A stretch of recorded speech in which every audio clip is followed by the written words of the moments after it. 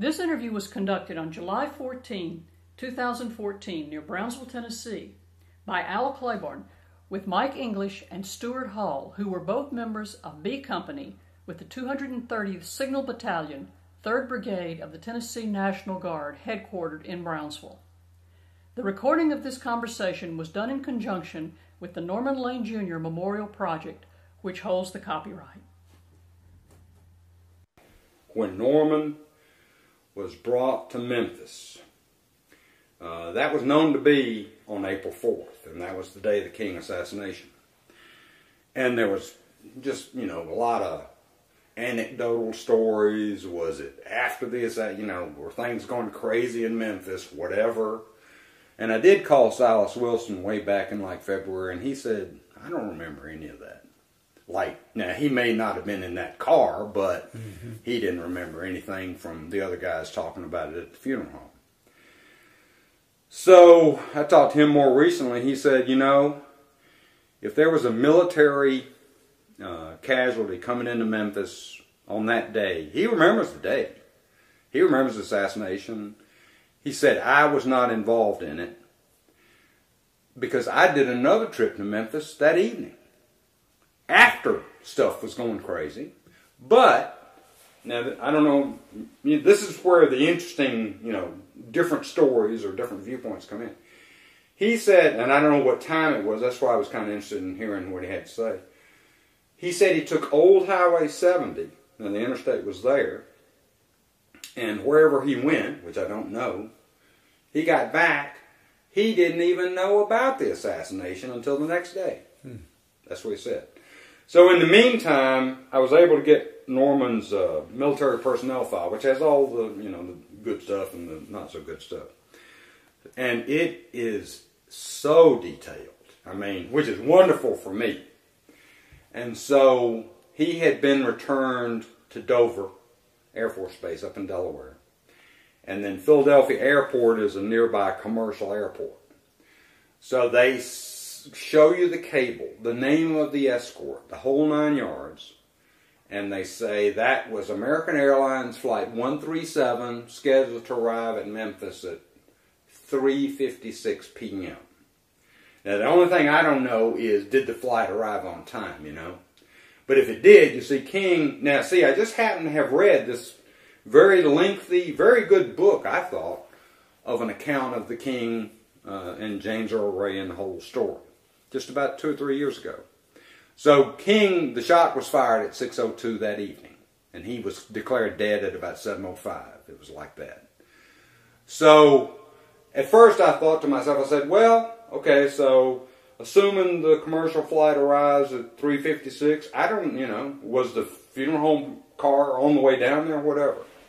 Well, so then about 3 weeks ago, I found a guy who was also in the Marines. He did a couple of tours, or a tour at least, in Vietnam in like 64, 65 with a support unit, not a combat unit, which I've learned is not just as you would think it's a big difference, but the guys that were in combat, they're like this, and the guys in the support unit, they're like this, and they don't really have a lot in common, So, this guy had actually worked in Millington as a casualty liaison with the Marines 66, 67. Now, that's before the time frame, but, it's pretty close.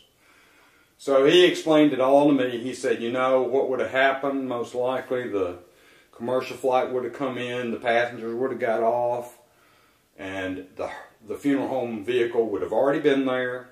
It wouldn't be out on the tarmac, but it wouldn't be far away. And after everything's cleared, we would send the team out to the aircraft, remove the casket, highly respectful, formal sort of ceremony, and walk it back over to the car, and the car would be gone. So, by that accounting, the car was probably gone from Memphis Airport, I don't know, 4:30, something like that. So they were probably back in Brownsville before anything happened in Memphis. So that's a pretty good line of story. So I wanted to hear from you guys, if you were, as you remember, or as you're interested to talk about it, or as you have time. I know about you guys, and then, Brad sent me Did you get that document? I got that report, and also I had a copy of it. Oh, you did? Yeah. Okay. I had already received a Well, copy. you know, I think Hal Jarrett mentioned Brad Bishop's name, and, you know, I knew his dad, but I didn't know him, and I certainly didn't know he was way up in the Guard. And so I called him up one Sunday afternoon, and he said, oh, well, he was interested. And then he went back to Nashville and did some looking around. He found that document and sent it to me, you know, like this. As many things have happened. And I didn't digest the whole thing. And what I would like to hear from you guys is, I know about the earlier, you know, the March 28, 29 events, and y'all getting called up the one time, and then as I understand it, y'all were returned, and then somewhere in the time frame after the actual assassination, or after the shot, y'all getting called up again. Now, I know from that report there was stuff going on in Nashville, in the state, and I also know, you know, it's very interesting, at the Memphis airport, this is from the King story, at the Memphis airport, let's see, so Norman's casket comes in the afternoon of the 4th and is removed. On the 5th, so King is dead, he lay in repose in a funeral home in Memphis that morning. Then, I mean, just as the story went, Robert Kennedy, the senator who was running for president, sent one of the Kennedy family aircraft to Memphis at about noonish, something like that, with Coretta Scott King in it. She didn't even get off the plane, you know. And they took his casket to the plane, and he went to Atlanta. And at the crack of dawn that morning, on that Friday, so you can only imagine, I mean, Washington is in flames, etc., etc. The Attorney General, this guy named Ramsey Clark, he got on an executive jet and had flown into Memphis like at 5 a.m. that morning to start the investigation. And one guy, you know, just to give you, I mean, I was only 16, but the big picture of that, I got in touch with these Air Force guys that flew these big C-141 Starlifters, Da Nang to Dover and everything else.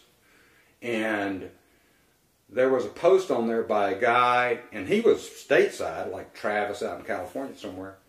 And he said, well, you know, you can be thinking about Vietnam all you want. The fact is that after the King assassination, Chicago was in flames. They sent a whole unit of these C-141 Starlifters to some base, Bergstrom or something like that in Texas, to haul federal troops to Chicago. And they couldn't, there wasn't an airport, they landed at O'Hare.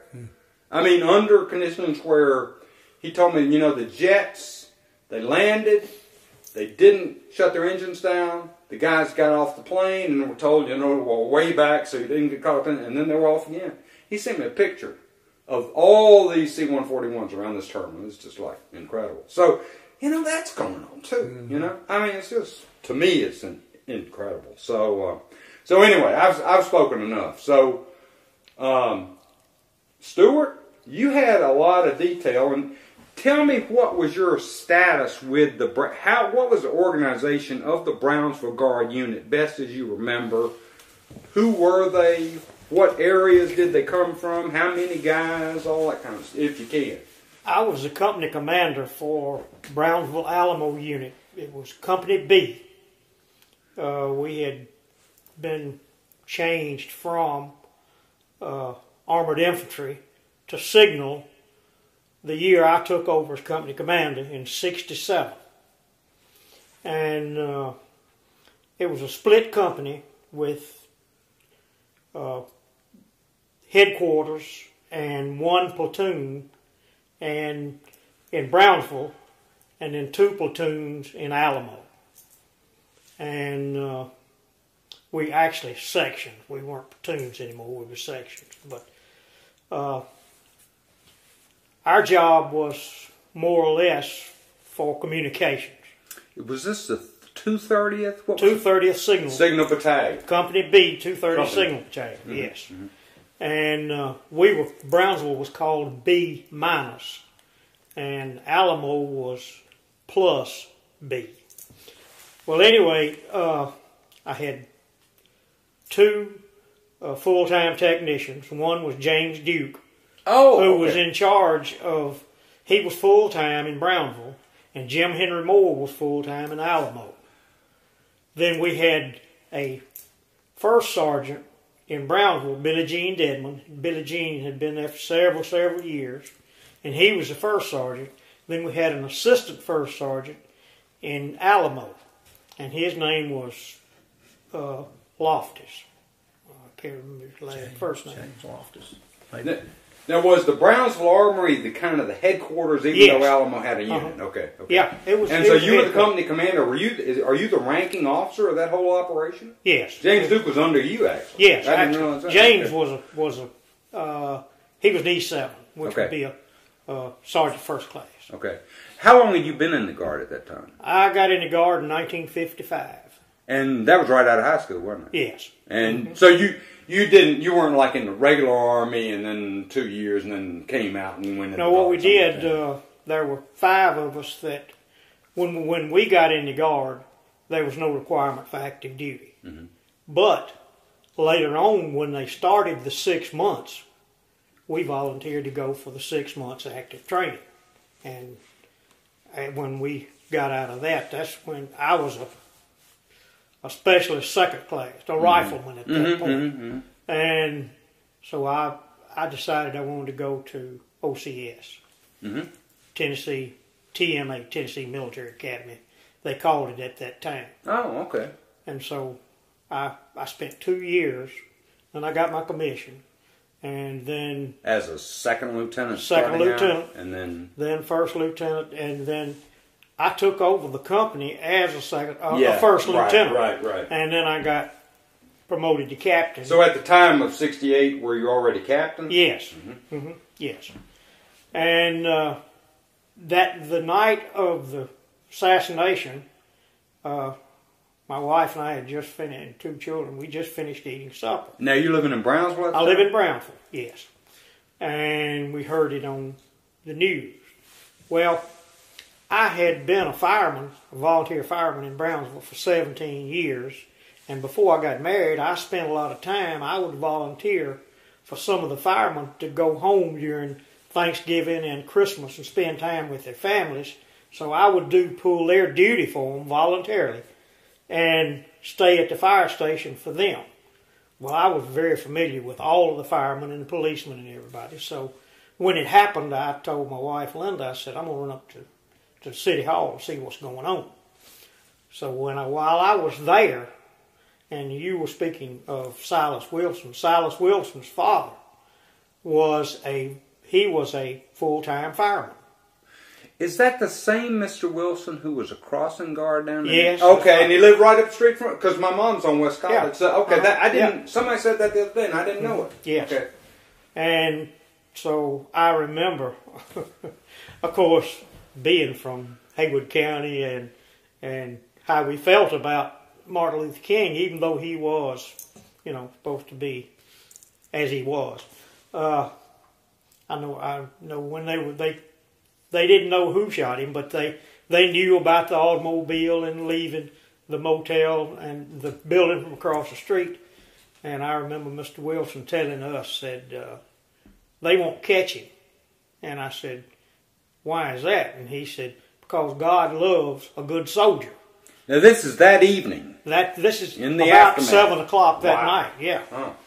And of course we know that it was several days before they caught James. 2 months. Yeah, 2 months. before they caught in James England, right. no less. So anyway, while I was up there, I got a phone call from my wife. She called City Hall and told me that I had an emergency phone call at home. Mm-hmm.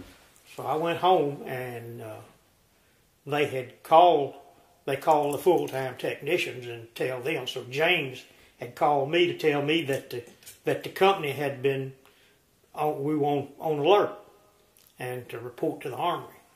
Now that means everybody show up at the armory. That's right. Now how many guys are we talking about in the Brownsville armory? Is that just the Brownsville people? No, that's the whole thing? The whole battalion. And actually this actually... Oh, so you got several companies coming in. Yeah, this was the 3rd Brigade, which would be 5 battalions, and, you know, from McKenzie, Tennessee. So this is all West Tennessee? All West Tennessee, that's right. Now, were all of the Army National Guard units in West Tennessee under this 230th Signal Battalion? No. Oh, okay. They were under 3rd Brigade. Okay. There were 3 brigades in Tennessee. 1st Brigade was East, 2nd Brigade was Middle, and 3rd Brigade was West Tennessee. And the Attorney General for this area was the commander of the 3rd Brigade. And, So being activated meant that this whole 3rd Brigade was activated? that's right. And so the Brownsville Armory was the headquarters for Company B. Yes. So, to make it clear, who's showing up at the Brownsville Armory at that time on the activation? Just Company B or all these other guys too? No, just Company B. Okay. Just Company B. I got you. But, see, with Alamo 17 miles away, and us here, they left as soon as all of their personnel arrived, at least 75% of them. They formed a convoy and moved to Brownsville. Yeah.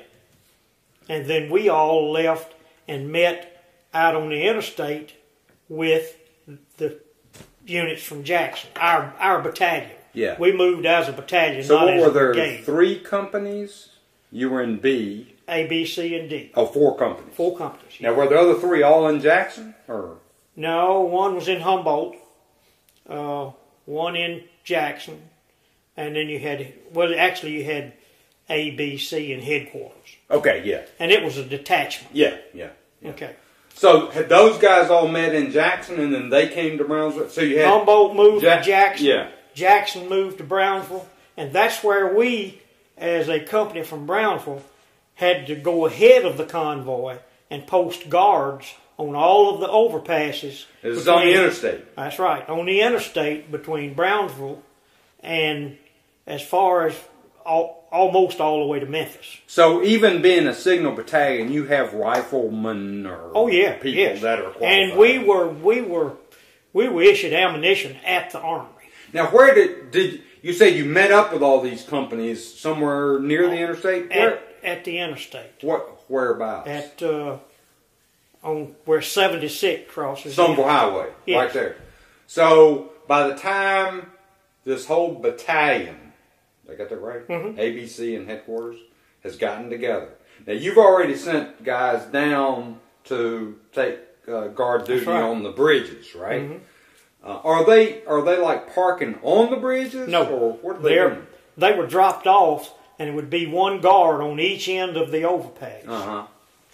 So the stories I've heard are that there was, well, I think even my mom said this, there were rumors / fears / whatever that riots, and the riots were just kind of getting underway. I mean, this was precautionary, sort of proactive, were coming up the interstate.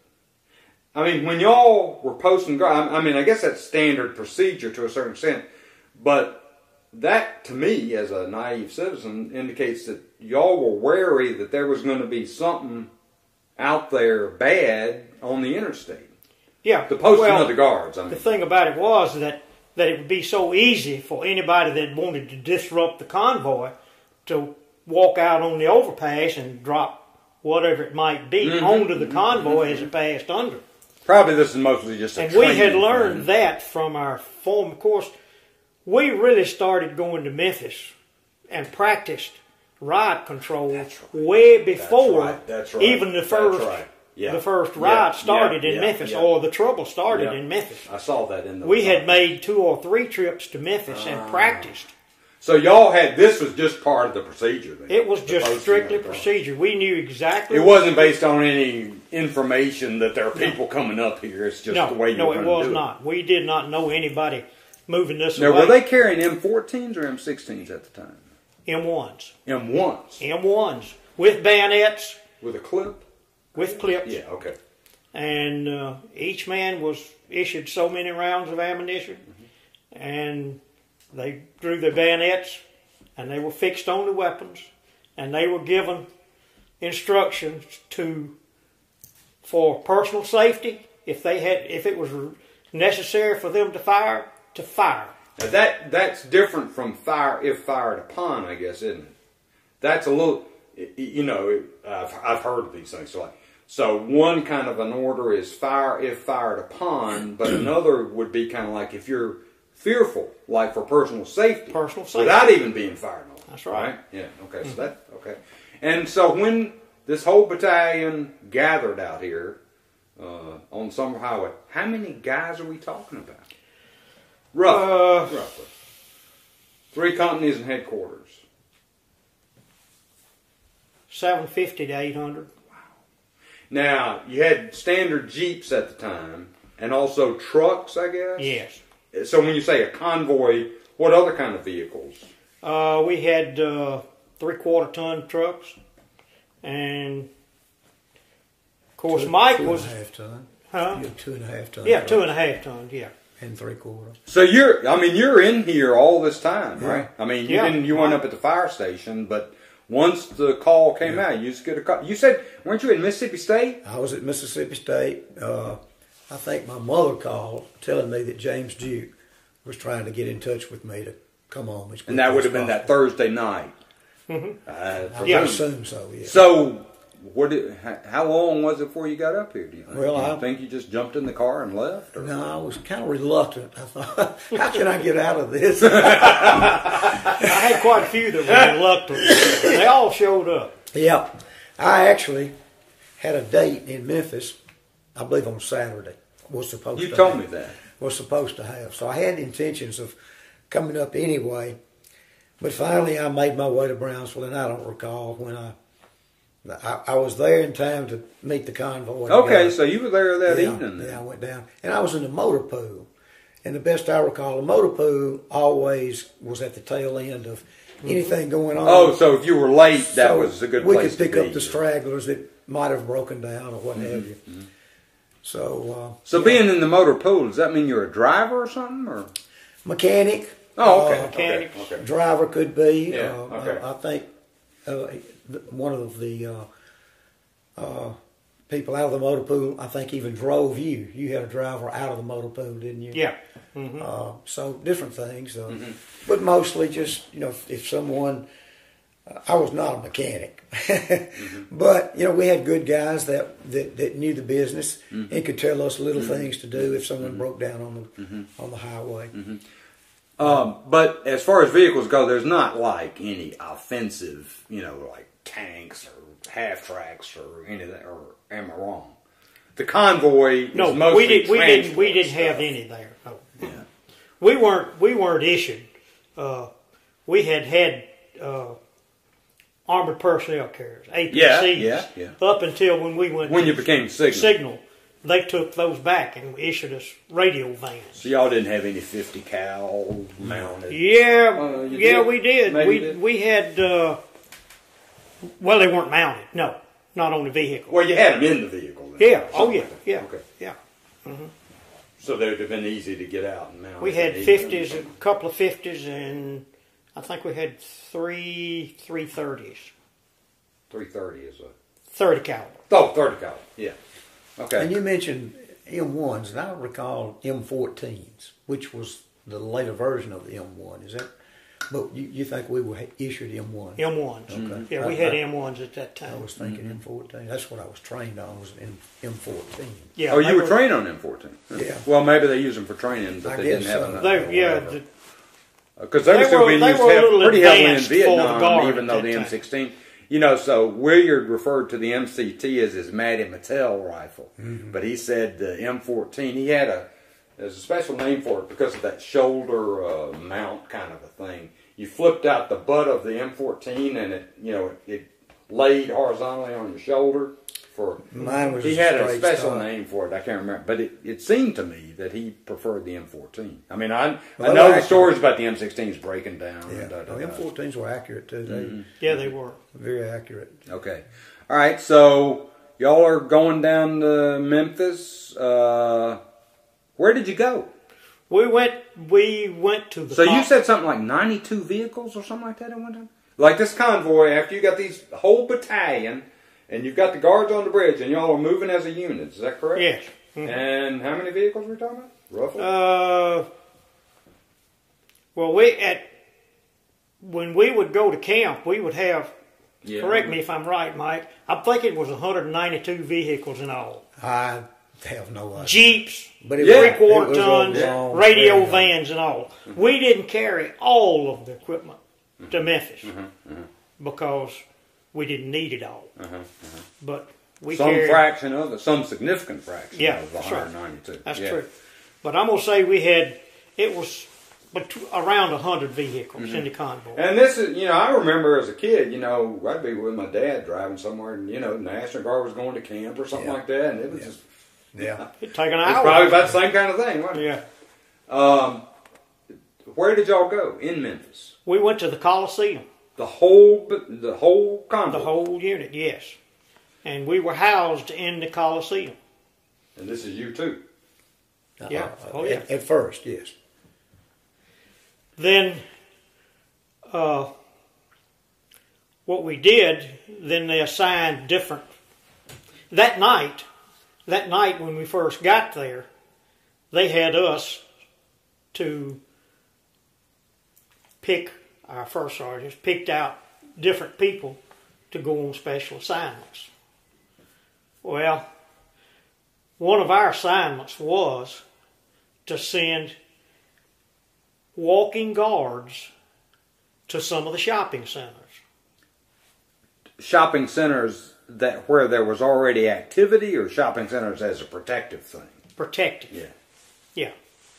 And so we sent around, I think it was around 30 or 40 men, and had them dropped off at different locations and would go back and check them. And with ammunition? With ammunition and bayonets, yes. Yeah. Mm-hmm. And I always thought it was, and I still laugh about it, Sergeant Deadman and I, I don't remember what time it was, but the guards had been out probably a couple of hours. And they had already been by one time, checked on. Well, he and I got in the Jeep and we decided we were going to go check on the guards. And I hope I'm right. I think there was a Goldsmiths on Poplar Avenue. Yeah, I remember a Goldsmiths. Yeah. And had two guys there that were actually company clerks that were walking guard. We pulled up. We looked for them. We looked and looked. And at that time, there were telephone booths, booths with the door. Yeah. We looked around, we rolled around, looked around, couldn't find them. Finally, the Jeep light shined on the phone booth, and there were the two guards in the phone. You mean like hiding? Inside? No, they weren't hiding, but they were just out of the weather. They were inside. They could see what was going on. Oh, okay. But they didn't want to be too conspicuous. So they were inside the phone booth. Do you remember anything about, speaking of the weather, was there anything adverse?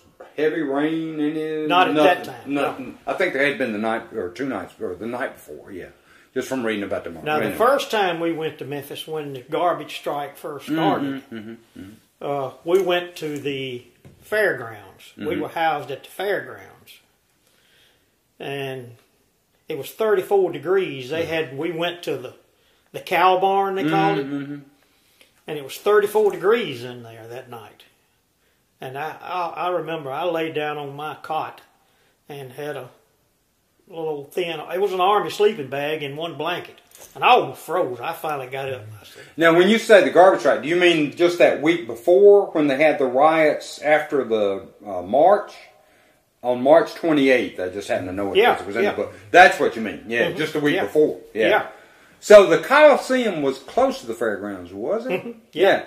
So here's a personal story. So my dad was Alex Claiborne. Now you knew him. I don't know. I knew Alex. Yeah. So he worked with the State Department of Agriculture, and his job was grading livestock. And so he had taken or gone with a bunch of local 4-H guys, including Floyd Stewart. Floyd, yeah. Yeah. I think the guy that works with public utilities. I see. Yeah. They were in Memphis at the fairgrounds and some 4-H livestock show thing. And my dad's down there as a grader or something like that. And that was the night this all is happening. So I know, I didn't talk to him directly. Of course, he's passed away.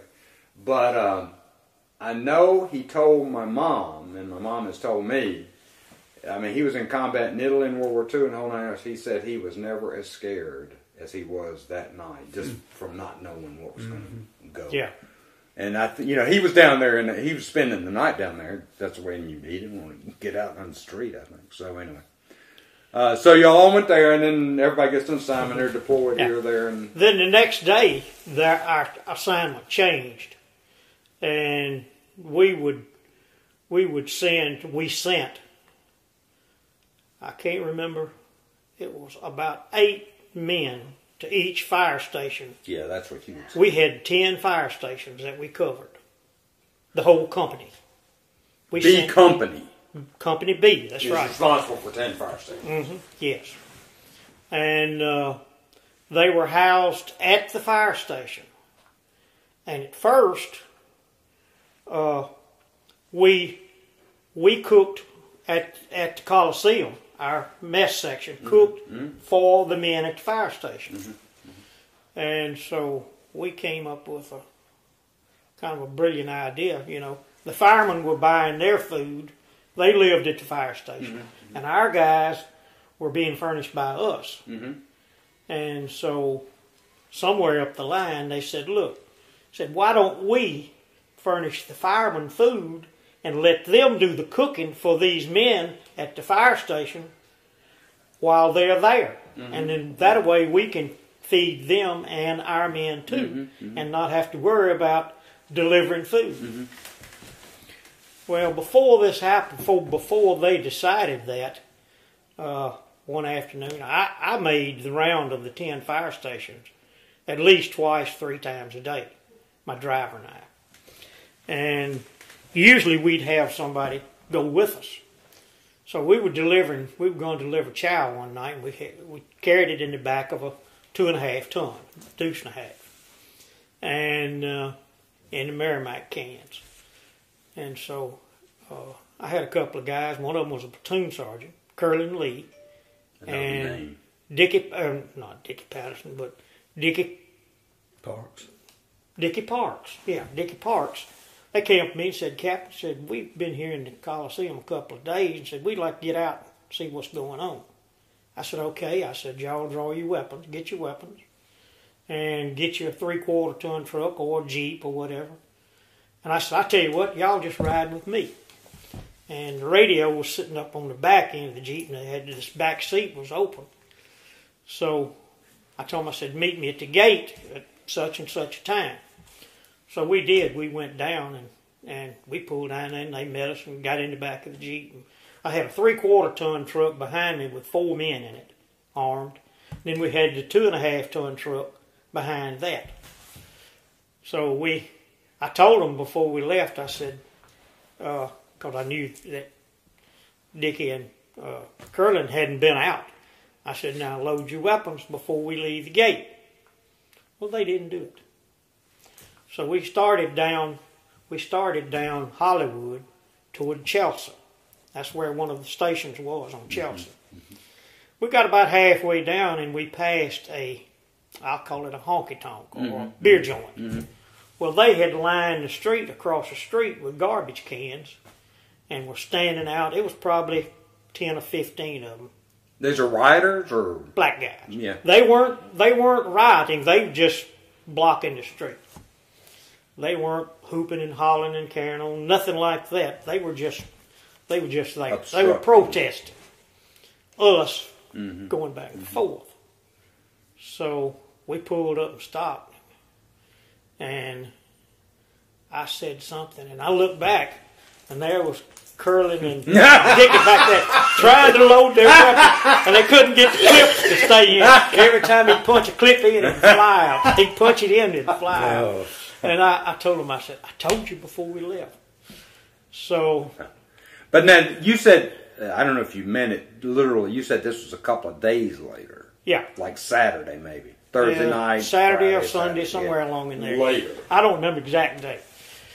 But anyway, we, so, you know, me being in charge, I stood up and told them, I said, look, y'all going to have to clear the street. And Did y'all have flak jackets or something no, like that? No.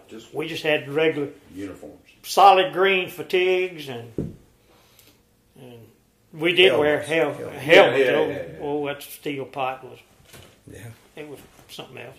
But anyway, so I hollered and told them that they need to clear the street. And they said, we're not clearing the street and y'all not going by. So I didn't want to have too big a confrontation, but I knew I had enough people there. If they started anything, that we could pretty well handle it. You didn't see any weapons or anything? No. So I told one of them, I said, hand me the radio. So I called, and we had a communication system set up between the guard, the sheriff's department, the fire department, and the police department, and the Tennessee Highway Patrol, which they had roving patrols that were combined of all of them. It'd be I think I read something. 2 guardsmen, 2 state troopers, and they would be in different cars, but they would be in a patrol. So I called in on the radio and told them I needed some assistance at such and such on Hollywood, about 4 blocks before you get to Chelsea. It wasn't 2 minutes till 2 state trooper cars pulled up there, and these guys got out and looked like giants. I mean, they were big. And they cleared the street. Would they have pump shotguns or something? Pump shotguns, and they didn't, they weren't rough anything, they just shoved those garbage cans out of the way and had all those guys lay down on the blacktop. And when we went by, I didn't hang around for the music, I'll say. We went on because we had something we needed to do. And but when we went by, they had them laying down. They were handcuffing them one at a time, and they had a guard over them, a couple of guards over them with their shotguns holding them there. You know, it is so. That's what is so amazing about the story. Looking at it from maybe 10,000 feet, the story you just told. Oh, so what's this? The very end of March, or maybe April 1, something like that, 68. I was talking to Alan in his interview the other day. You talk about the garbage cans and these guys trying to cause trouble and calling in for support. So Alan told me a story. It could have been the same day. Who knows? It was definitely the same time frame. He talked about, he was a squad leader. And so, you know, about 13 guys, I guess. And I think he told me about being posted in a certain village, which was kind of a headquarters, you know, or a base or of a sort. And they would do these patrols and in the daytime. And he, you know, they did this, and you know, the Vietnamese people, the peasants, the whoever, out there in their hooches and all that kind of stuff. And normally, you know, they'd be around streets, whatever. And Alan said he just kept wondering which one was going to be the one to pull a grenade on him. You know, didn't happen. But anyway, he said one day we get out, we're heading out, not a soul on the road. And I'm not talking streets, I'm talking dirt path, whatever. And he looks around, and every hooch, there's a pair of eyes. You know, they're all in their hooches. There's nobody outside, Alan says. So they just held their position. Nothing happened. They called in air support. They had 2 Marine Corps Huey gunships show up. They went through the town, nothing happened. Or the village, you know, just because of the gunships. Yeah. Same thing. Yeah. Same thing. So, let's see. So it all started that Thursday. Now, did y'all encounter, I mean, I know there were flames in a good part of the city. I guess it was kind of, but it was kind of, I don't know the city even that well, but I guess it was kind of in a area confined to an area. And did y'all go down into that stuff? Yeah. Yes. You did? Yeah, we had one truck with 6 men, 1 3/4 ton truck with 6 men that would go with from each fire station on each fire call.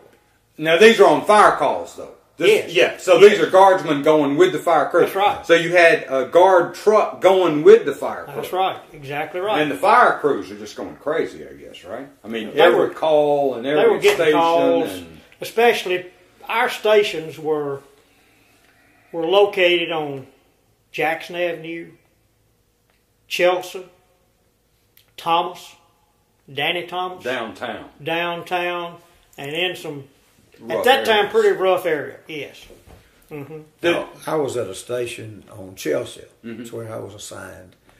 And we had so many hours on, so many hours off. But when we first got there, these firemen were very glad to see us. Yeah. There were bullet holes in the fire trucks at the station that I was assigned to, where they had been shot at. So they were glad to see us. And when we went out on these fire calls, it was kind of spooky because it was dark. You didn't know who was behind what bush. I was locked and loaded the whole time and willing to do whatever I had to do and as was everyone else, to protect the firemen, which was our job. Yeah. And we had no incidences at all. But You mean from your station, or from my fire station? We had no incidences happen. They had been fired upon before we started following them, but afterwards we did not. Now, one little incident you were talking about. You don't know what happened after you all left this scene a little while ago. I remember one incident out front during the daytime.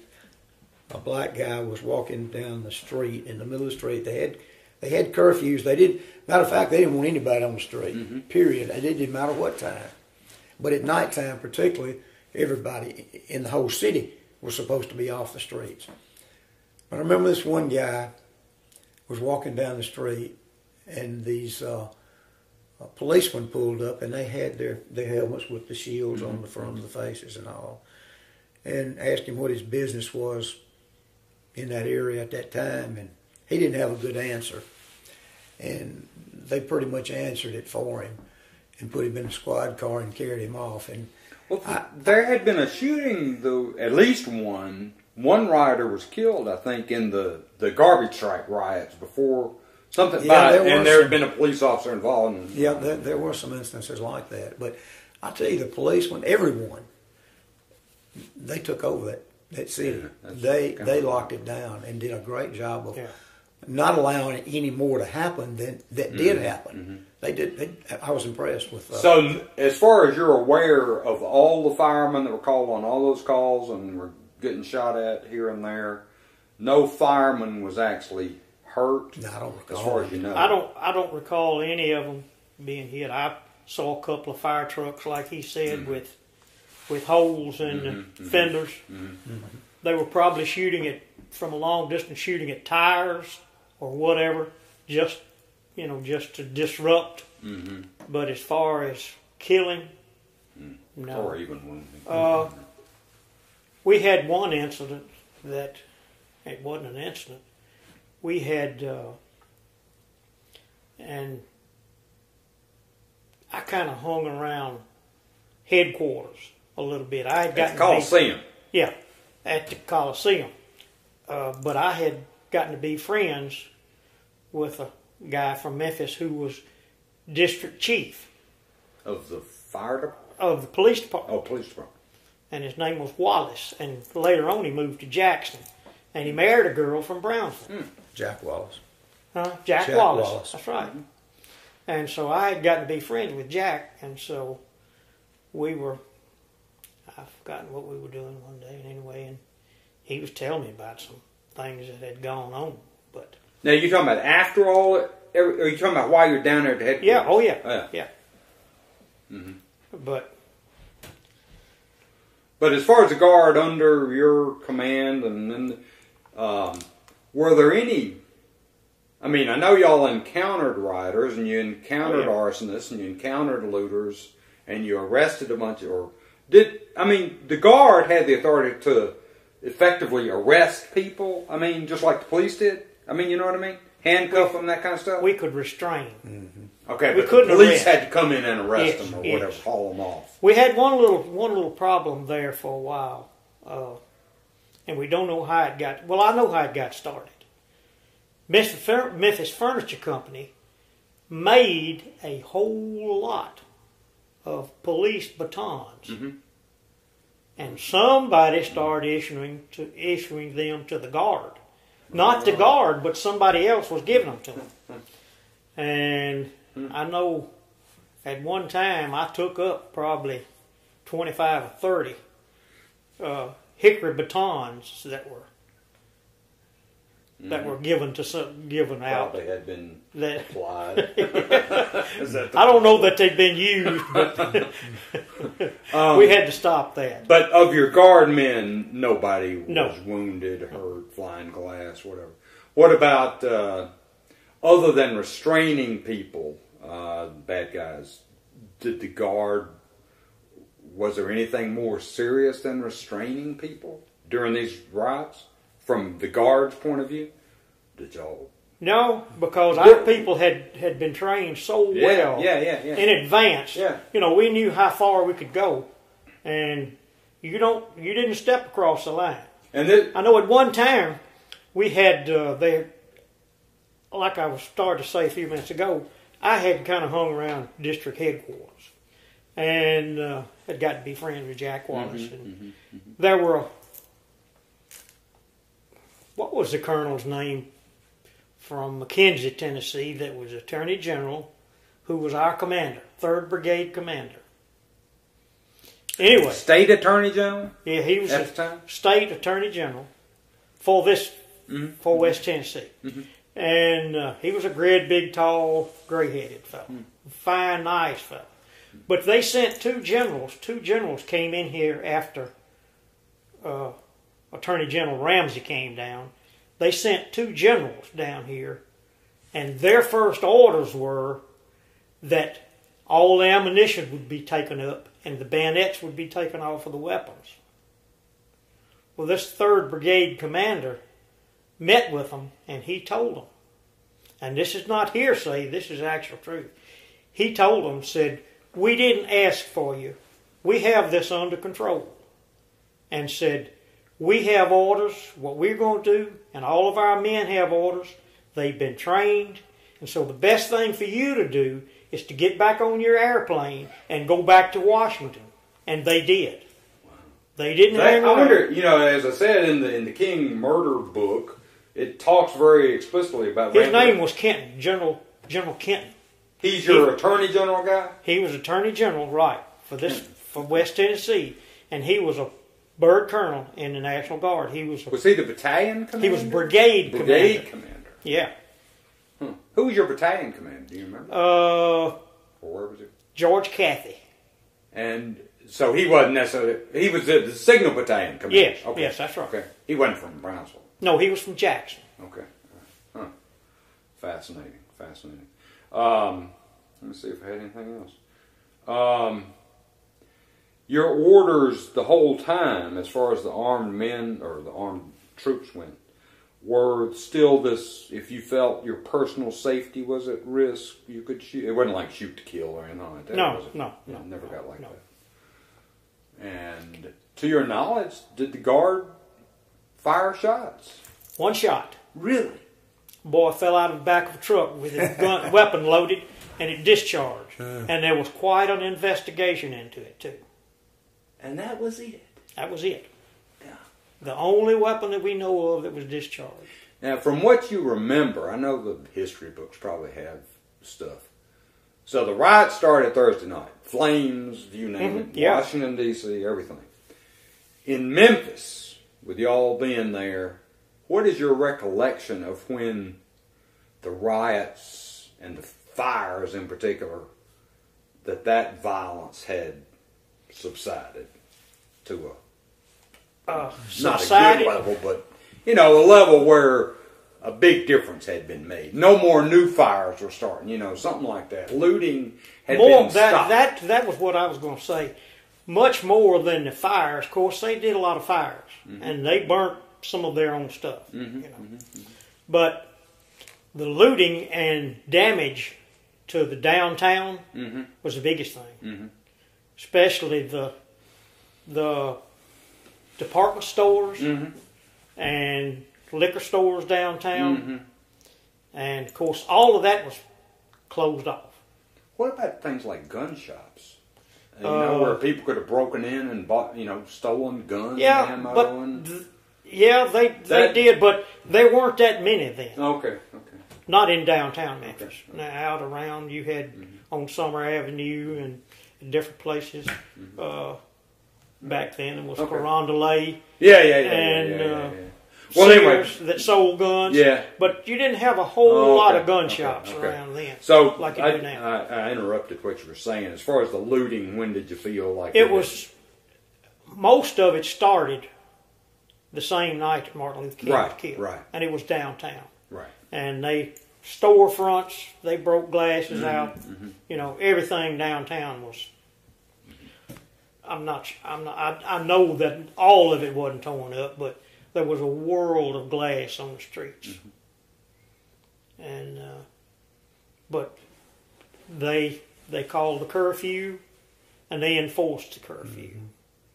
I mean, it slowed down pretty quickly after the Guard got there. Yeah, because they had it locked down pretty and good. I know from reading those reports that Brad sent me, which, you know, I didn't know any of this. This stuff about the training that y'all had done as a proactive measure back in earlier in that year, I guess. Well, in the fall before, or even in the fall. Yeah, and how big that had been controversial in a way, you know, with certain people, and at least as far as the newspaper was working there, and there'd been a bunch of stuff about it, or maybe somebody tried to file suit to stop it or something like that. That's the training I'm talking about. Yeah, And now you see the way it all paid off, and one shot fired. That's pretty good testimony, I guess. And we would get at the fire station, they would get calls, and most of them were at night, and we would go out, and it was a false alarm. They did a lot of that just to kind of, like you say, disrupt things. So, matter of fact, I don't even remember a fire being where we were ever called. And I also don't remember if we were getting called out but a couple of times. But on the other shifts, they may have. I just don't. So, relative to the scale, you know, there had been looting during that garbage strike the previous week, the 28th, maybe the 29th. Relative to that level of looting and this level of looting, rioting, burning, I mean, I know it was a lot worse. Was it just like no comparison, that much worse the second time y'all were down there? Would you say? I don't remember even getting out of the fairgrounds. Did we go out anywhere the first time down there? No. Oh, so that was almost, as far as guard was concerned, it was that was show. Almost a show. It was show of force. Fascinating. Yeah. The recollection of when y'all were or whatever the right word is, deactivated or whatever, or got to come back from Memphis? How many days did we stay down? I think on that report it says till April the 10th, maybe. I'm going to say 5 days. Yeah, which would have been 6 days. The 10th would have been the next Wednesday. I know. Something like that.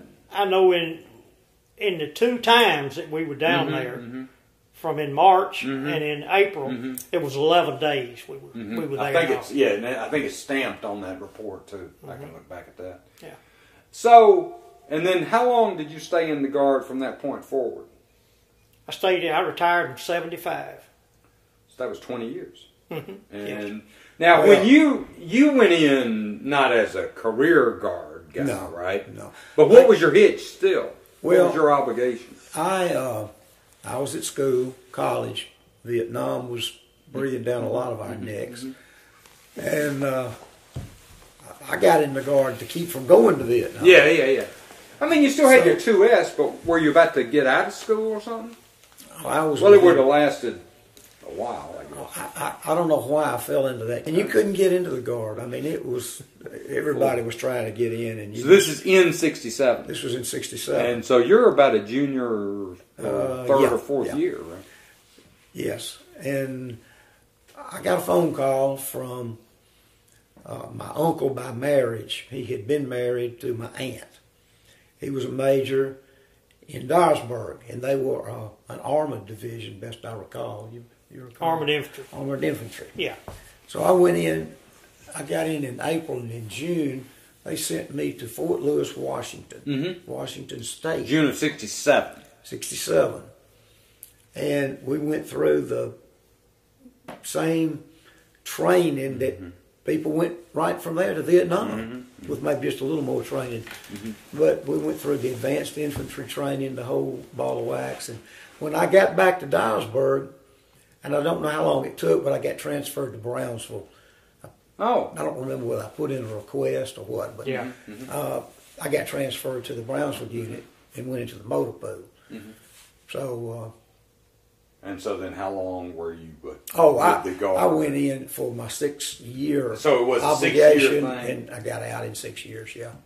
So you were, but in those 6 years, you had as much of an obligation in year 6 as you had in year 3, in terms of going to camp every summer and all that. It wasn't like you were some guard reserve, No. It's not like when Alan came out of the Marine Corps, for example. No. It was the same all the way through the 6 years. We went to a 2-week summer camp every year. Camp Shelby? First year I went to Fort Stewart, and then the remaining next 5 years I went to Shelby. Yeah. I think my dad went down there getting ready for World War II. Let's see. Now, you had been in since 55. You go to 68, and now all of a sudden all hell breaks loose. Had there been anything in your memory, not as major, but what are the kind of thing getting called up? I mean, activated the unit. The only thing that we had was the last time we went to. No, it wasn't the last time, but it was during the Cuban crisis. We were at Fort Stewart, Georgia, and I was a new second lieutenant, and they told us that we would be at Fort Stewart for at least 6 months. We were there for 2 weeks training, and that didn't materialize because the thing. Did the whole Brownsville? I mean, how much of the Guard went to Fort Stewart? Tennessee. The whole state thing. Yeah. And you just stayed there and drilled and trained and nothing. And you were there 2 weeks. 2 weeks total. Yeah, we usually spent 1 week in the field, and then we spent 1 week on post in camp. That's 3rd Infantry Division, Fort Stewart, I think. That's their home base. Army 3rd Infantry Division, U.S. Army 3rd Infantry. Yeah, I think that's right. I think that's right. Benning is Rangers and all that kind of stuff. Fort Benning. It's also in Georgia. Airborne. Yeah. Yeah. And so what about after 68? No. Busing, school integration. No. Nice. One time we had a small problem, but I won't call any names because I don't want to cause any problem. But the swimming pool in Brownsville was right across from the street from the armory. Sure. Well, one Saturday morning, we heard that they were going to integrate the swimming pool that day. And so we looked out, and there were 2 blue Fords, light blue Fords, sitting there, Justice Department cars, sitting across the street in the parking lot. Well, later on that day, they did. It was probably 15 or 20 little bitty kids. They were brought there on purpose just for that. Do you remember what year that was? I've wondered that myself. No, I don't. I don't remember what year it was. But I know they were having that afternoon, the Ku Klux Klan, local Ku Klux Klan, was having a march around the court square. they were going to march around the square in protest of the integration. I looked up and I saw a guy in my unit that was back there and had some little forms in his hand. I bet you know who I'm talking about. And he was back there trying to get people to sign up to join the Klan. So I went and talked to him, and I told him, I said, man, you can't do that. You signed a statement, and you swore when you joined the Guard that you would not join any subversive organization. And I said, you're wrong. I said, you can't do it. And I said, you're not even supposed to belong yourself. You know that. And so he didn't say anything, but for about the next 2 weeks, I got some pretty rough phone calls, threats. You were company commander I was at that company time? commander, yes. You know, I'm just guessing. I'm guessing. This could have been before the whole Memphis thing. It probably could. I was company commander from 64 to 71. So I just, from my memory, 67 to 70. I remember Mr. Thomas Russell was my dentist, and I had to have some retainer or something, and I had to go to his house. And this was like August, September 64, because that's when I got the retainer work done. And I remember him telling me something like, don't you go, don't fool with any of the stuff uptown and what he was done. I remember specifically, at least one time as a kid, knowing about the Klan having some kind of congregation up around the court square. Now, that could have happened a bunch of times. I don't know. Maybe that was different from this time with the swimming pool. It's kind of early. I'm thinking it was more towards the end of the 60s. End of the 60s. Maybe after Memphis. Yeah. Mm-hmm. I'm thinking so. Yeah. But y'all, I mean, it was an internal thing to you in the Guard. Y'all didn't get involved. No. Yeah. And then where'd they put the swimming pool? When they built the new one. Yeah. What year did y'all vacate that armory? I don't remember. You gone? Yeah, I was gone. Oh, I was gone. I don't know either. The only Guard story I had was Hal Jarrett, because he was like you, I guess. We graduated Haywood in 70, and I don't remember exactly the details, but Hal had joined the Guard. Mm-hmm. He probably joined while he was in school or shortly thereafter. Yeah. And then, what was it, 33 years later, he's over in Iraq driving fuel trucks to Fallujah in the middle of the whole mess. Of course, once he got back, he got out, I think, or retired, or whatever the right word was. That's by the time we came through in 70, I was telling Alan this the other night. He was 64, you're 64, and 70, spring of 70, and my birthday was March 25th. That was my 18th birthday. So that thing about you had 30 days to register or whatever that was. I told Alan I had two recollections of my behavior with regards to selective service or the Army or anything. One was so you think about it. You guys are down there in March, April of 68 at the Coliseum as headquarters for the Guard operation against the Memphis riots. Okay? 2 years later, not even, like February, we're down there for the first annual Mid-South Rock Festival. That's where we're coming from. John Burgess, all those guys. So we were going down there. I was telling Alan the story. I said, well, my daddy still kept his old Army uniforms and stuff like that from the Second World War up in the attic. So, in 70 or so, it was cool to wear, military shirts or whatever and go out and protest, whatever. Well, we didn't do any protesting, but I was going to this rock festival. I said, well, I'll be semi-cool and go up there and get one of my dad's Army shirts, A5, whatever. And I put it on, and I walked downstairs, and my dad looks at me. And then the other one was, so I wouldn't say I had a specific fear, but number one, I knew I would be a horrible Army or whoever recruit, and number two, I didn't really want to die if it came to it. And so they had that 30-day or whatever it was after your birthday, you have to register for selective service. Still Dr. King and the whole 9 yards. Yeah. And I just kind of let it slide. And, you know, at the time, you know, in principle, you could have really gotten your ass in big trouble. Money-wise, jail-wise, whatever. Yeah. And I just kind of had let it slide. And so I was still working up at the drugstore. And then, I guess, mid-August, late August. So I went to Vanderbilt up in Nashville. So I was, you know, a couple of weeks from going to school. Well, the first thing they ask you when you get to college is, what's your selective service number? Well, anyway, before I left, a couple of weeks before, I was upstairs. Me and my brother lived upstairs in the house. And, I'm up there doing something, I don't know, studying, whatever. My dad was a man of very few words, but if he spoke, you listened. And if you didn't, he had a belt too, but we were past that at that time. And I'm upstairs, and here comes my dad up the steps, like never happened. And he comes up. He had never said a word about registering or the draft. Or he was not a warrior, you know. He had been there.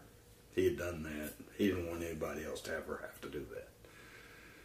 And he came up to me and said, Al, I guess we better go register you for the draft. And I just said something. Well, that was that. So there I went. And I went up there. So here I am. Good gosh, it must have been 4, 5 months past. And there was some lady in that office. It wasn't Dr. King himself. Some lady, I guess, a assistant. Yeah.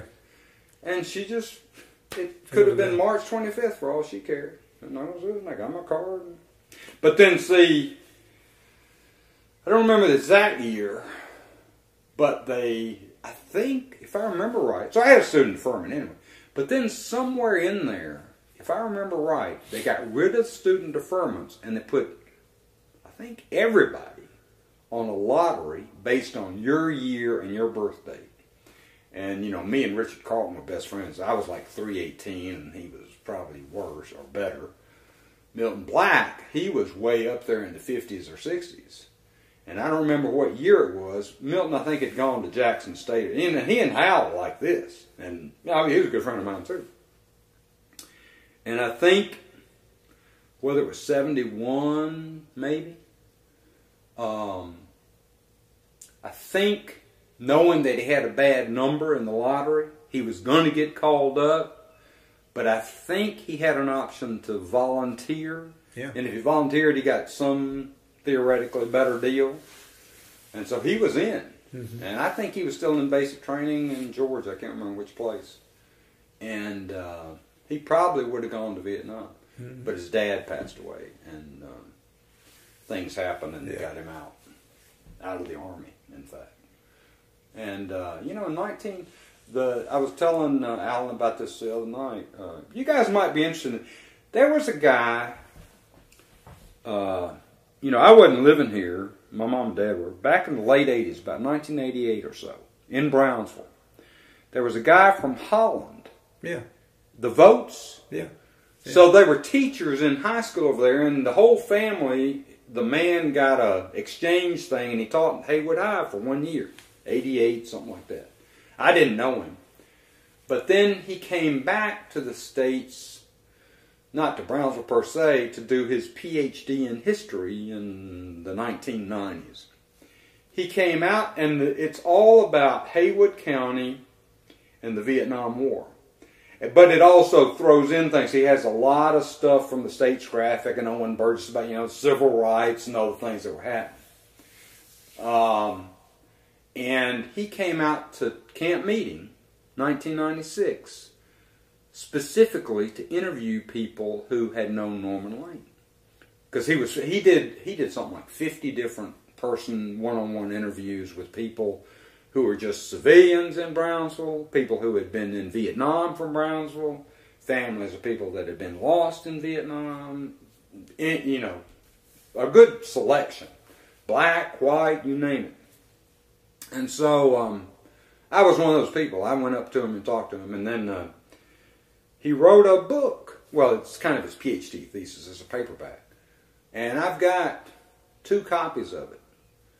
And it's all about the 60s. And with a focus on Vietnam, you know. The closest other things about Vietnam that I got in touch with, well, from being in high school, there was a track star named Jimmy Hawk, and I wasn't doing track. And I remember him getting killed. Oh, yeah, H-A-A-K. Yeah. And I think Ray Dixon said something to us in history class, something. And then the other one was Rick Johnson. Because he had a sister who was in my class, Susan. Rick was my next door neighbor. You're saying you live next door to the Johnsons. Bob and Beverly Johnson. Yeah. Then Rick and his older Susan was younger. Rick was older. Yeah, that's right. Rick Johnson was in the class, Mac Thornton, so they're 2 years ahead of me. They graduated in 68 from Hayward High. Yeah. And, I knew Rick, but Susan, of course, was in our class. I knew of him, I guess I would say. I wasn't really close to him. I remember going out to the WW on Friday nights and he'd be out there. And I thought he was an Eagle Scout, maybe. Probably. Well, anyway, so Alan told me the story. He said, however close his mom and dad were to him, to the Johnson family, he said he remembered, because I guess Alan had been an outdoor guy forever. Yeah. Anything that had 2 legs or 4 legs out in the wild was fair game. And he said he used to bow fish, Yeah. And so he said he couldn't quite remember if it was before or after he got back from Vietnam, before he went or after he got back from Vietnam. And he was wherever, and Rick Johnson came over and was interested in learning how to bow fish. And Alan said he loaned him a reel or whatever you use. And that was his connection to Rick. And Rick, I was working at Roy Drug Company, and it was summer of 1970, and I remember John Burgess coming and telling me that Rick had been killed.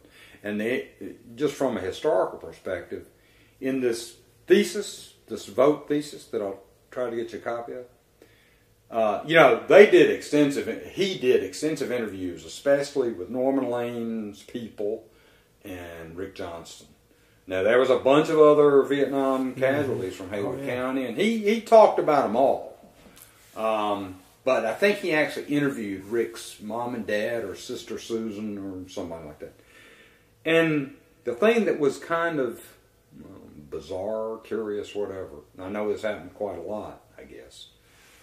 He was in a helicopter accident, and there was something, the investigation wasn't clear what had happened exactly, which is fog of war kind of stuff, I suppose. And in the dissertation, which was published, I think around 2004, maybe 10 years ago, so it's not going to be up to date, Yeah.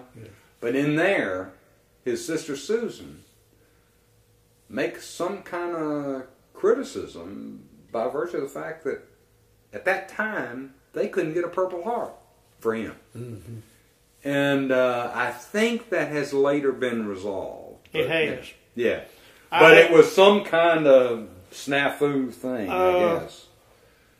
Well, our advisor, regular Army advisor to our Guard unit, was a Major Hutchison. And he was to deliver the Purple Heart. And this was long after Rick was killed. And he and I talked a good bit about it when he found out that I lived next door to Rick's mother, dad, and sister. And what he told me was the fact that they more or less proved that it was Rick's fault that the plane was killed. Helicopter crashed. So it was an accident? He was an observer, forward observer on a helicopter, and undoubtedly he said undoubtedly he was not looking at that, or he was looking away or something, and they hit something. I don't know what it was. He didn't go into detail, but he did deliver, and I saw him the day that he delivered the Purple Heart and the medals. Do you have any recollection when that was? The medals being delivered? Is that still when you were in the Guard? No, I was out. So. Yeah. No, because later on, Hutchison was the one that tried to get, he and I worked together. I was a captain, and I had finished all of the correspondence courses for the advanced course. and I lacked a 2-week resident course being through, and I would be qualified for major, and I was the ranking captain in our battalion, so I was supposed to move up to major. Well, Major Hutchison got with Fort Monmouth and worked out a schedule. Is that New Jersey? Where's Fort Monmouth, New Jersey, where I could go up and stay 2 weeks and take the first course, then stay over the weekend, and then stay 2 weeks and take the second phase of it and be through. Well, our battalion commander, I would have to miss summer camp. And at that time, I was assigned to the battalion staff. I was the assistant S3 in operation and training. And battalion commander just made the statement that I can't let you go. I need you at camp. So I missed that. Was this toward the end of your time with the Guard? Like yes, 75 it was in or there? 70, 73, 74, yeah. And so I did not get qualified for major until later. Oh, you did? So when you got out of the Guard, were you major? No, I was captain. Still captain. Okay. So, but that was connected to Rick's story somehow. I got them. Yeah, he kept trying to get me to go volunteer for the regular army. Major Hutchison. Oh, okay. And about 3 months after he went back to Vietnam, he got killed. He was killed in a plane crash. Early 70s? Mid-70s, yeah. 75 was in the unit. So. Okay. Well, the first casualty that I remember in Vietnam from Haywood County was Larry Land. I know of that story. I don't know. He could well have been the first, and I just don't remember. I know there were others, but I can't keep them all. Yeah.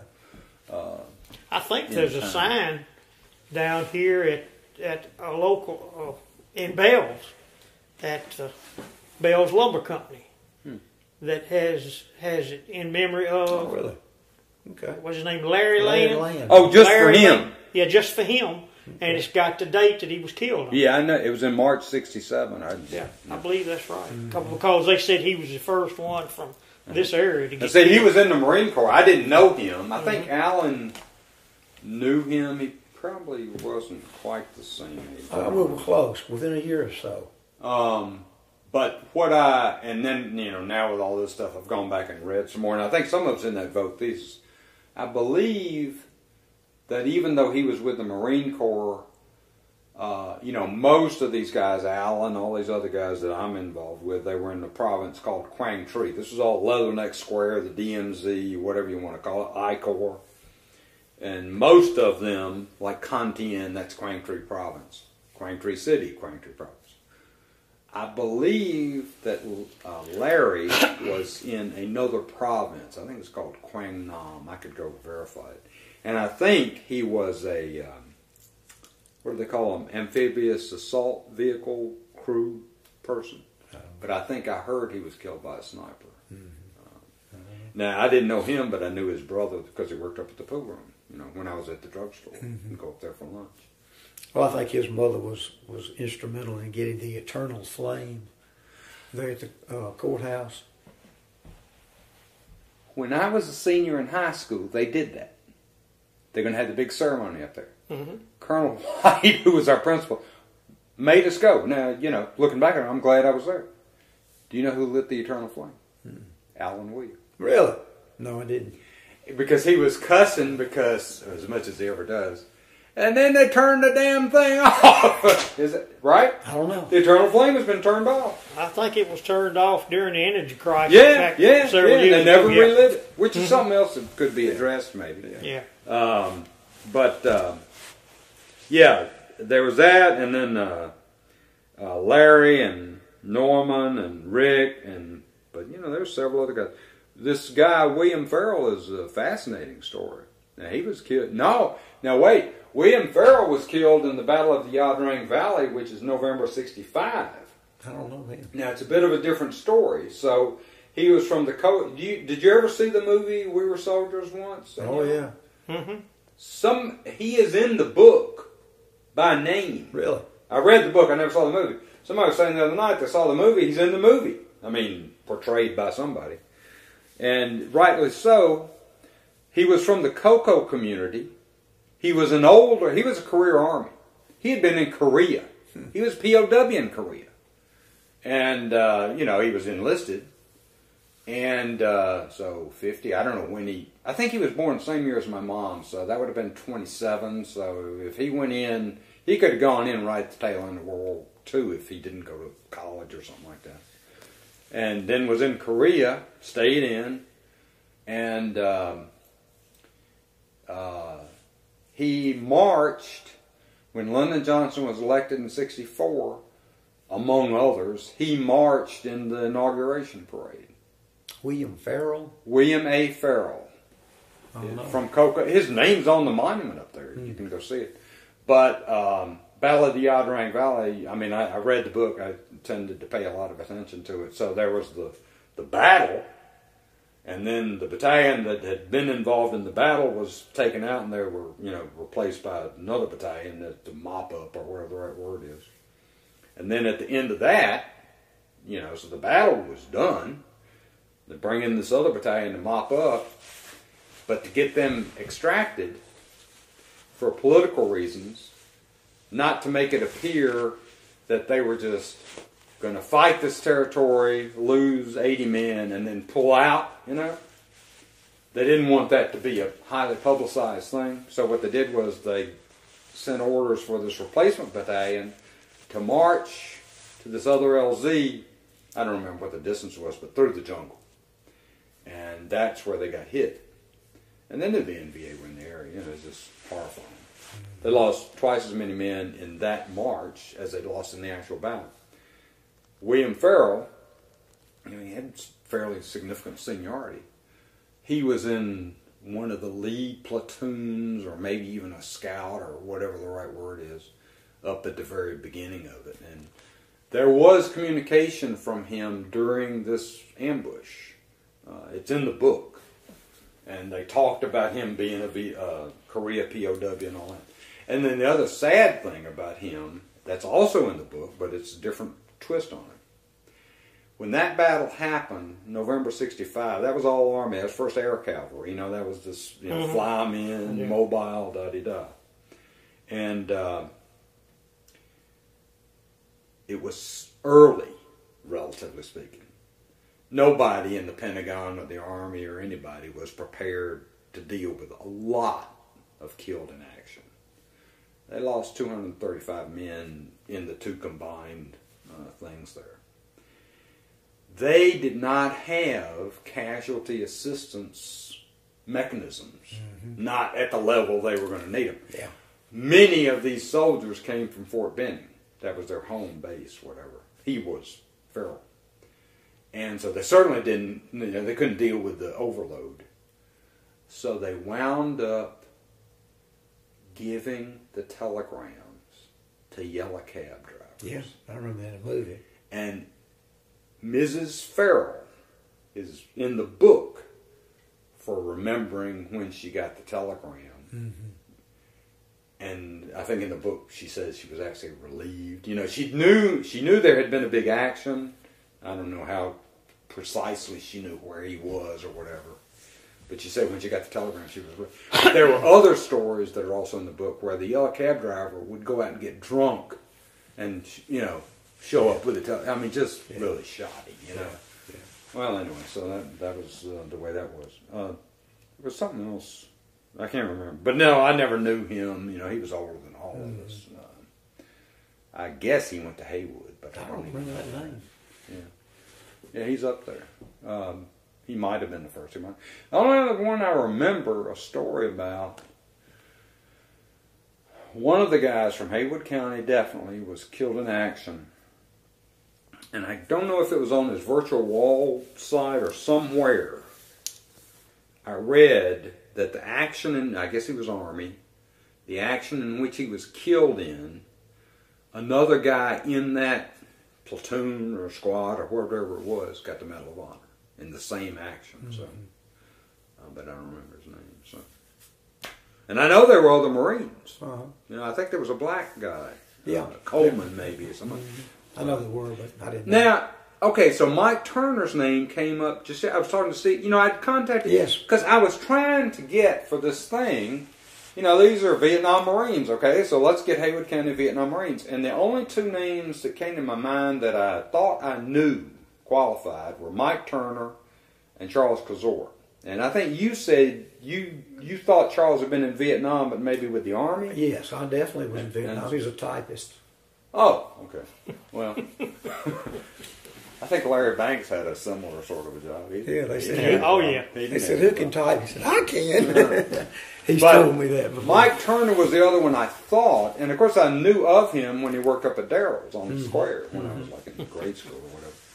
And then somebody, maybe it was you gave me his. You say he lives with his mom? Yeah. She's still with us. Yeah. Wow. Out on Highway 54. Yeah.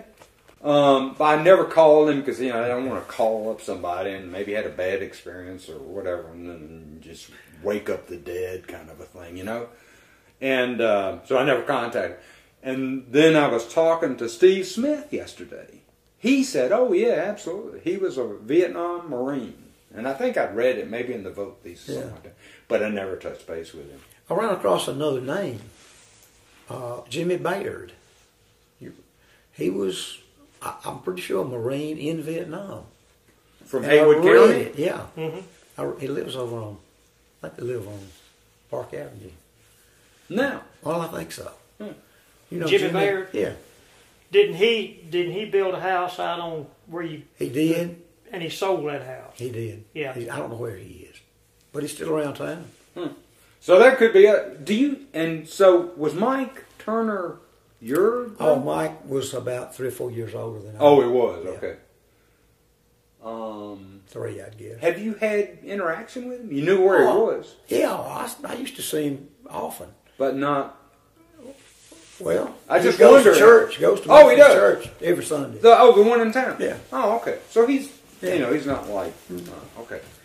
Well, so this story will be continuing, this project, so some other time I'll come back. I was trying to get those kind of guys involved in the event, but there just wasn't much organization in the VFW.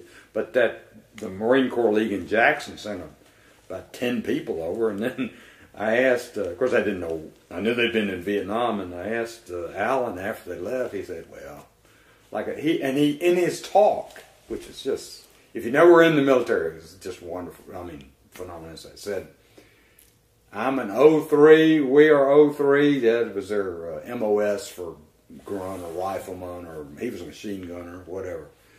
And he said, 35% of the Marine Corps is 03, and the other 65% are helping the 03s, you know that. So you can get the impression that there's a certain pyramid, and the 03s are the most important, and then everybody else is going.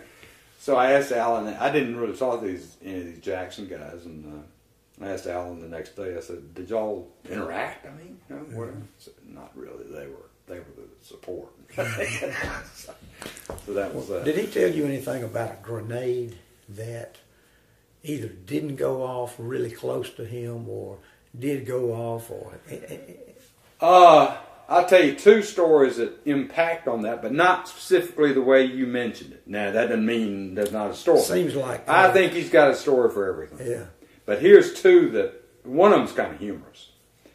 He was talking about how they'd set up these night ambushes, which is a very organized thing. They'd go to a place, wouldn't be too far from the base, but it'd be overnight. He'd have 3 fire teams, maybe 3 guys each with M16s, and then him and the radio man in the middle, because he was a squad leader. He said they never had, there's some order that says it's supposed to be 13 guys, and he said we never had 13 guys. But anyway, so they go out one night, and they do radio checks, and so hopefully nothing would happen. And he said one night, they knew about grenades, obviously. He said, so the first instant you heard something hit the ground, you did this, because you had about 1 second or something. And he said one night they're out, and they hear something hit, and he just instinct, like this, nothing happens. So that might have been the grenade that didn't go off. But here's the story. Here's the story, though. So they do this, nothing happens. few minutes later, another. Boop, boop, boop. Nothing happens. Happened a few more times. There's a freaking ape that they call the Rock Ape. Now, I doubt if that's the actual species, but these apes were out there in the jungle or wherever they were, and they love to throw rocks at people.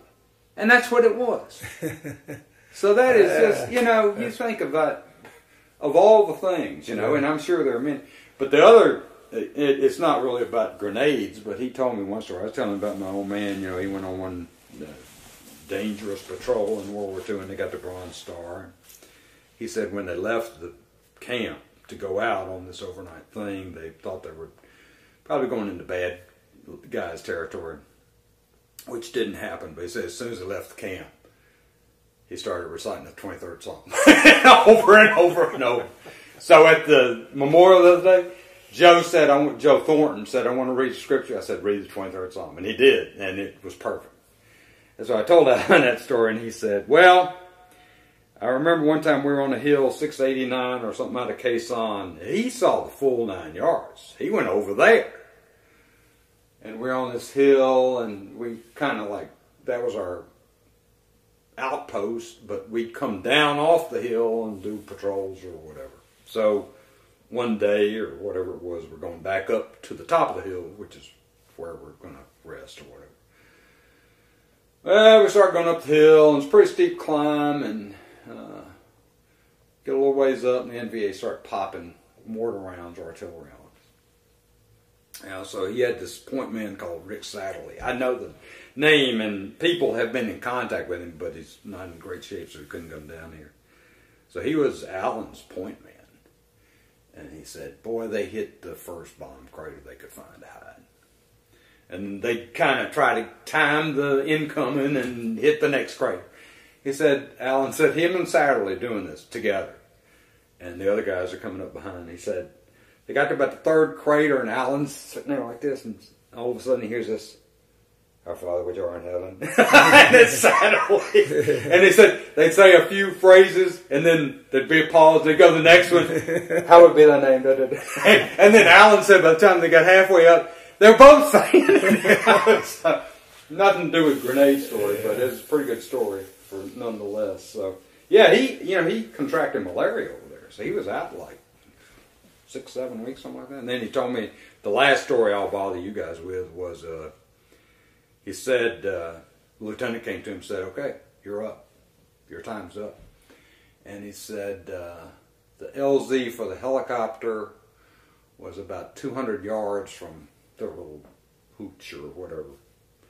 And he said he's out, and I guess it was daytime, sitting there. It's just him and one other guy, and then they had a forward observer who's going to bring the helicopter in. And Allen said he looked out there, and he couldn't see dip because it was fog like he had never seen. Pea soup.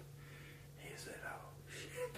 Here I am on my last day, and now I'm going to get held over for something, And he said they just sat there, and then the forward observer, here came the time. And Allen said, I think he couldn't even see it until it had almost landed or something like that. Said he ran like gangbusters for 200 yards. That was it. I think that was in, I'm guessing, August or something of 68. I don't really have a date for that, but something like that. So, yeah, he saw the full 9 yards. He's a great guy. You guys are great too. You and Allen got together, boy. We could do a whole history because you've got a good recollection, and you express it, I guess is the right word. I can remember back a long time ago, but I can't remember what happened. Well, that's yesterday. all right. It's only the back a long time ago. So, did you ever think about going in? So when you went in the Guard, did you think about enlisting in the Army? I mean, was it, or did you have a regular job, and so you didn't want to do something? Yeah, I had a regular job. In fact, my parents signed for me to join before I was old enough. A year. I was still in high school when I joined the Guard. Yeah. Okay. You weren't related to Shorty Hall, were you? Shorty Hall? Yeah.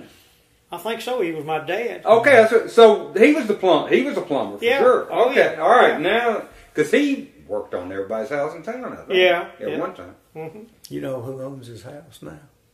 You do. Yeah, That's just right. have to think about that. Any philosophical comments? Closing statement? I thank you. I tell you, this has been an eye-opener. Well, you know, you have some general ideas, but to me, I just have this feeling that with the Norman Lane story and the timing and your story, and there's even another story.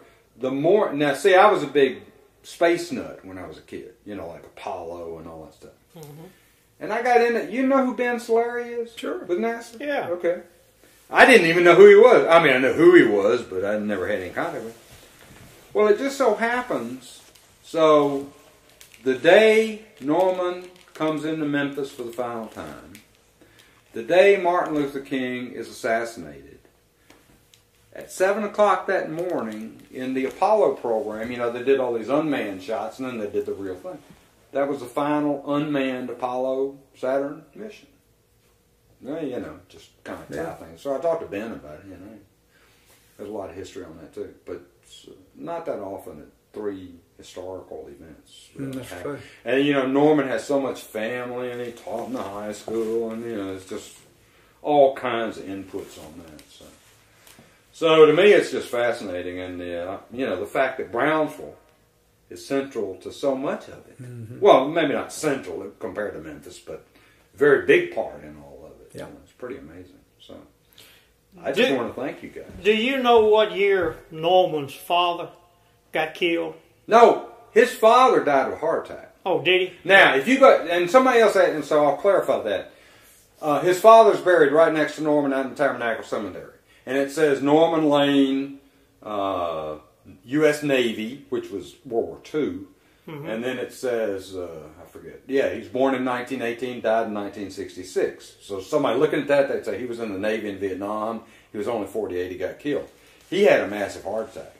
At age 48, he just died. So, but there's kind of, from a personal history point of view, by the way, if you guys ever go up to College Hill Museum, I made this, you may have seen that little PDF version of that poster I made about Norman. Somewhere. No. There was a web link to it. Anyway, so that was a small replica of a big 4-foot by 3-foot poster.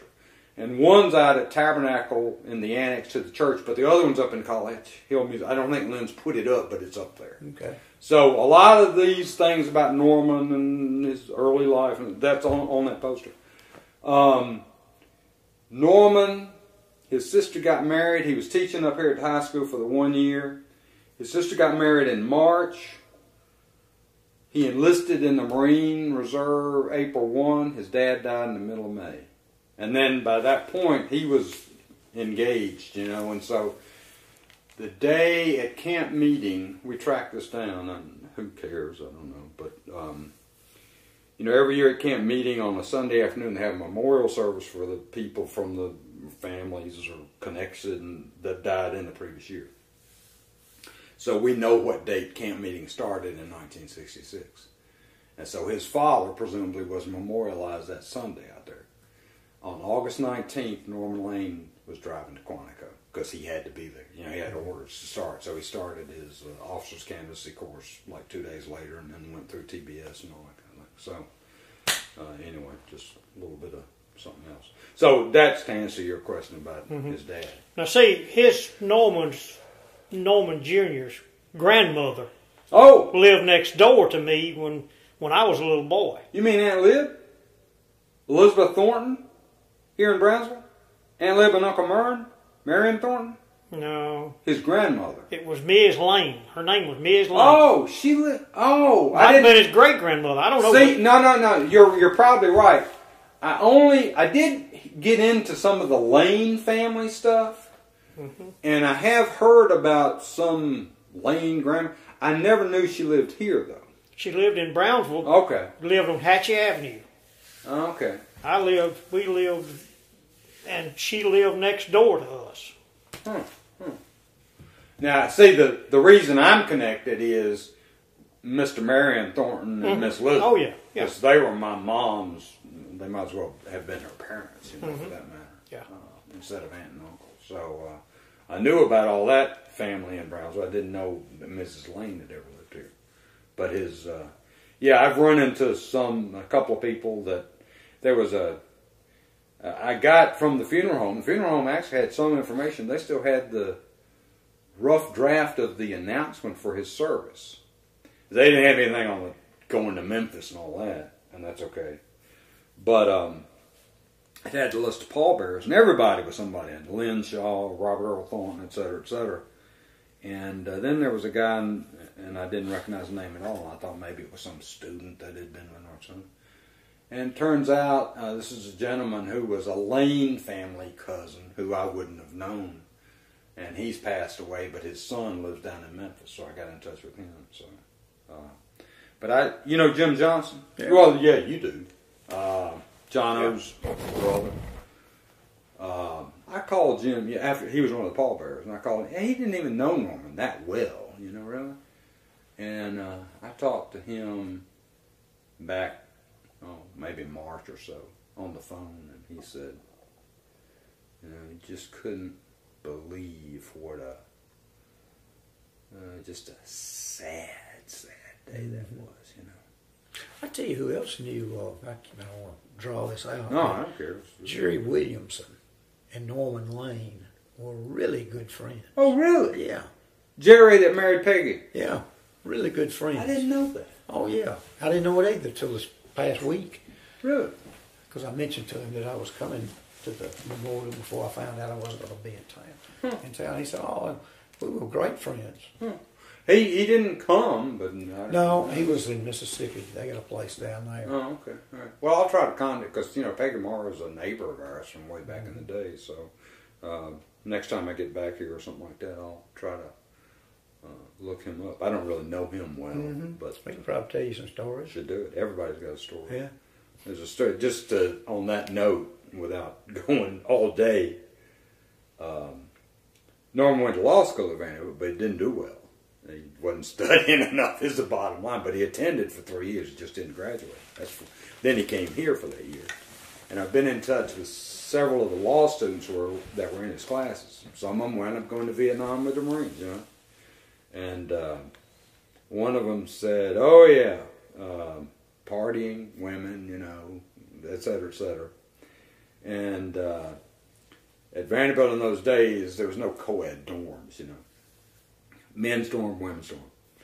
Norman had obtained the engineering blueprint of the women's dorm, and in addition, every room had the name of the occupant on it. So that was what he was studying. Yeah, he probably spent a lot So of Jerry time. probably heard some of those stories, and maybe was there with him. Well, I just want to thank you guys both. I mean, this We is thank just, you. Sure. Phenomenal. Anything else you want to say? I'm good. I'm through. Last call. The recording of this conversation was done in conjunction with the Norman Lane Jr. Memorial Project, who holds the copyright.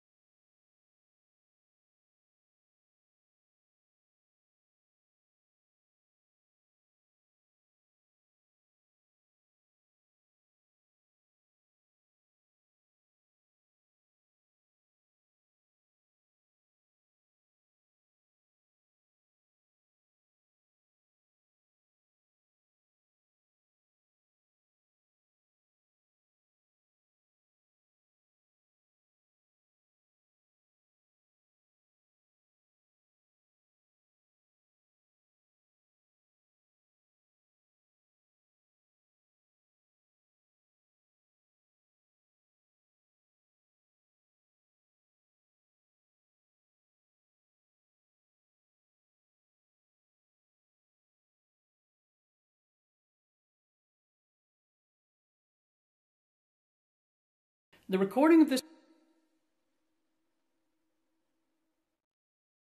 holds the copyright.